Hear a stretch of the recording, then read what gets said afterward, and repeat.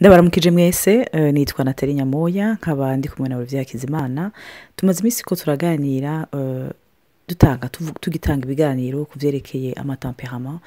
cyane cyane mu mibereho yacu no mu genderanire yacu nabo twubakanye n'Imana cyane cyane ubuheruka n'abantu muri rusange ariko ubu twatandukanye kuvuga ibyerekeye amatemperament n'abana swat umuvyeyi paraporo umwana wo ufise canke wo buri umwana ufise abavyeyi rero nashaka kwibutsa umuntu mwese yuko tumaze imisi dushira buhoro zanserema zose twatanguye kuva mu minsi itari mikeya kuri YouTube kuri chaîne yacu yitwa Abaho podcast ubifuza kuzironka izo enseignement arashobora kujako akazumviriza akongera agafyonda kuri aganuze ka rouge ko enregistra ushobora kuronka ama notification igihe cyose dushize ko ya abonnement voilà rero nashaka rero n'umunsi tubandanye kuri ca kiganiro turagira uheruka twibutse ko hari umuvyeyi abantu batubajije ati muratubwira vyerekeye amatampe hamwe n'abana kandi twararyohewe natwe kuko byatumye dusubira kujibwira turonka natwe ivyo twihana kuko quelque part ikintu cyose gituma urimbura kirakwiyere burya tubanza kwibona twebwe nyene bigatuma twisuzuma dusaba n'imbabazi Imana kandi tubana tunaregwa n'Imana tunahindurwa n'Imana rero ubuheruka twaravuze ku byerekeye imigenere ishobora kuba ihari hagati y'abana n'umuvyeyi responsibility abavyeyi baba bafise ariko nayo mfise ikibazo rero kuceke attachment kuko twaravuze tuti ni vyiza yuko umuntu abaho atizirikiye ku bantu atanywanye ku buryo yoherayo atumenga umutima wiwe wose ni huri sivyo kandi ijambo ry'Imana ikatubwira ati twiyatashe ku ijambo ry'Imana Imana irakitubwira cyane je nashaka kukubaza kuvyerekeye d'ailleurs twavuze no kuvyerekeye amafriance y'imitima yacu ingene hama hari ibihe by'amasaison je m'aimerais aussi ko tuze kuvugana ico kibazo ca mbere cubariki none ko hari amasaison umuntu yo vyifatamwe gute hari amasaison kuko ijambo ry'Imana iratwereka yuko hazokwa hari amasaison ariho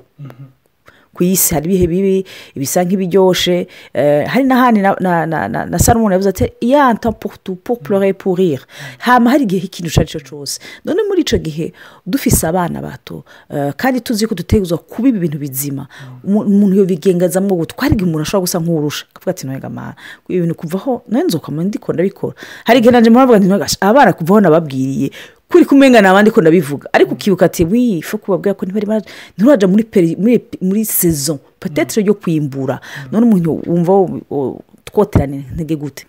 Imana ishimwe cyane nanje mbanje kubaramutsa ni Olivier Hakizimana kandi nongera ndabashimira abantu batandukanye badushingira intahe n'abandi badusengera n'ukuri Imana ibahezagire mu gatondo naronse message yampezagiye yankoze ko hari umuntu yandungikiye intahe mu gatondo n'ukuri yankoze ko nagira ndayicisha ko gatoyi imbere yuko nishora kuri ico kibazo ca Nathalie ngo nagira ndababwire yuko relation y'umusange hamwe n'Imana avec Dieu imfashije cyane muri imyaka 5 maze ndi hanze uyu muntu yatwandikiye abamahanga numva gahinda kuko umengo ntakinezereye nanumva gahinda kuko numva umenga ntakinezereye Imana kuko ntagikora ibikorwa nayikorera ndi mu Burundi rero ndi wamusange nahenzwe nuko ukudakora ico umuntu wahora umukorera ari nkaho ubucuti bwawe nawe bwaciye butosekara ivyo rero nivyo niyumvira ku Mana vyarashika naho nuzura agahinda none Imana ishimwe ubu numva nduhutse mu Mana terma mwinjiye bikwiriye nibaza ko jewe personnellement n'abandi bene data twoba twariko duca muri ivyo muhemu w'Imana yabahumekeye mwebwe kugira idutabare rero vy'ukuri dufashwe kubasengera kuko mushobora kugwa mu mutego nkaho umenga ni ivyigwa intellectuel ariko vy'ukuri mu rukuboko Imana iriko irakoresha mu gutabara bayo Imana ibandanye igikorwa cayo à travers vous hanyuma natwe twibuke dushobozwe kubasengera n'ukuri message yadukoze ko cyane surtout ko yabandanije à mettre l'accent sur le fait de prier pour nous yo kudusengera hano rero kuri icyo kintu Natali yaravuze ni rya jambo ry'Imana twasomye mu gitabo cy'itanguriro mu kigabane cy'umunani umurongo wa 22 ijambo ry'Imana rivuga ngo isi kiriho ibiba n'iyimbura n'imbeho n'ubushuhe n'ici n'agatasi n'umurango n'ijoro ntibizovaho. hama Natali yari karabaza icyo kibazo none ivyerekeranye n'amasezo kuko ndazi yuko paraporo y'uyu murongo n'ivyo twari twavuze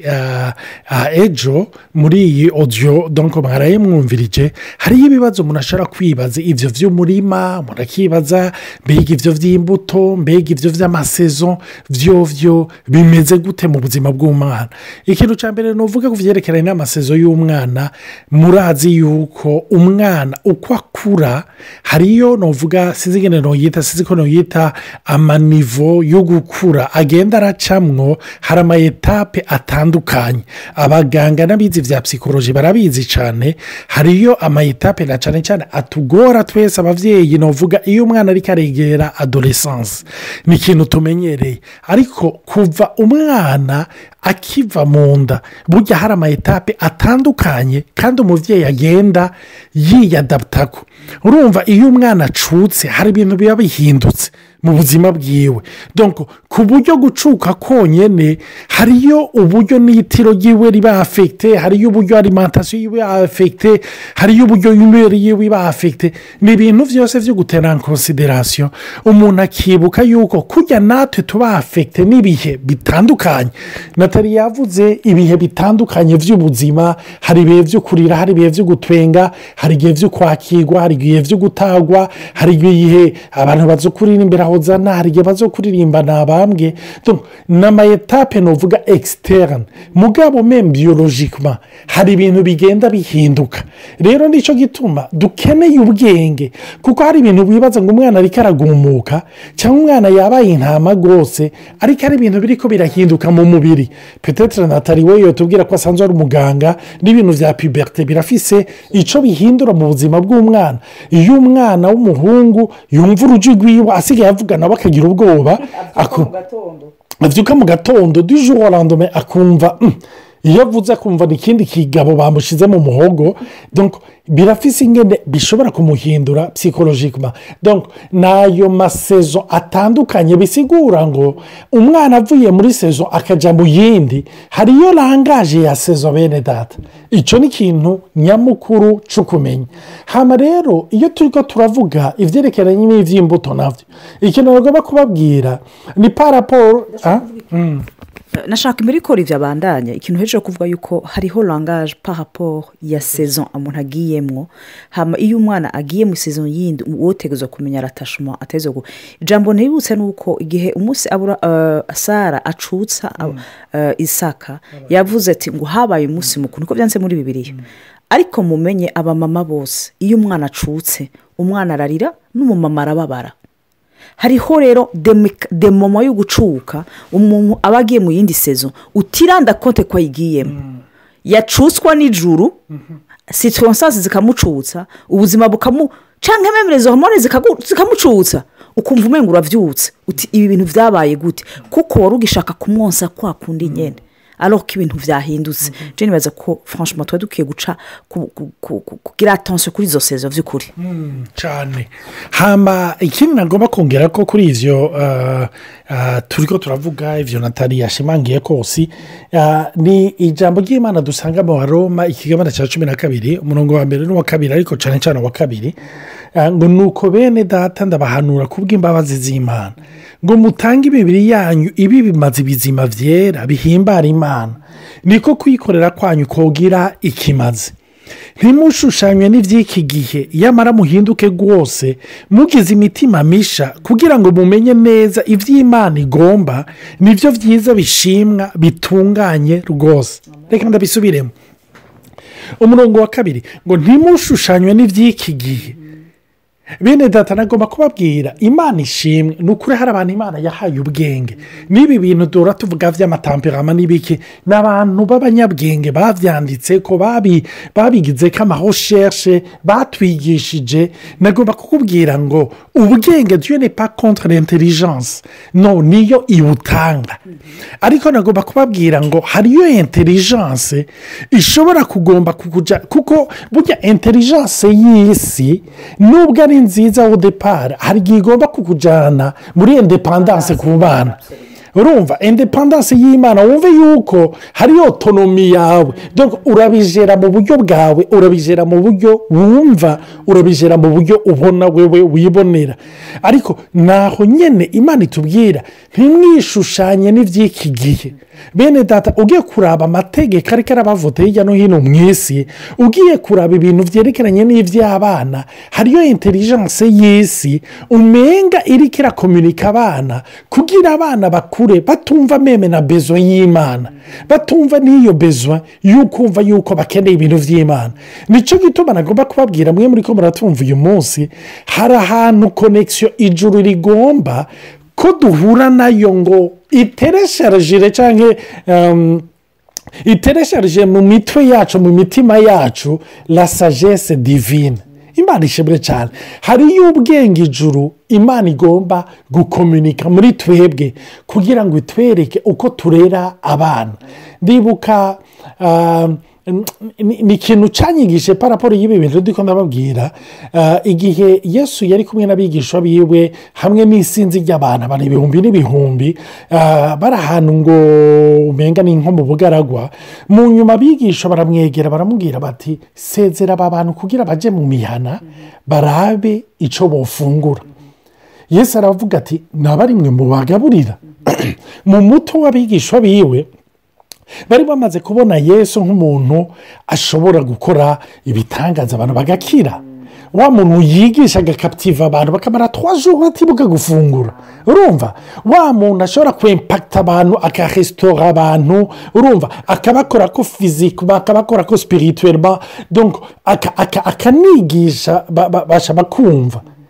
ariko ntibari bwigere bamwasosya n'icyo kintu cyo kumva yuko ashobora gupuruvaya ashobora kubamara ubukene bwabo ashobora kubaha n'ibyo kurya nicyo gituma bamubwiye bati yesu umve tugeze muri domene aho expertise yawe donc irengewe ni ukuvuga tugeze muri limite y'ibyo ukora wewe donc specialite yawe twamaze kuyica iruhande ubu ni sante publique cyangwa hageze donc ubunye ni pame tubajyane bafungure yesu ati no hari iyindi fasete ngomba kubereka donc ndi ngaho nyine numvise umunsi umwe imana imbwiretse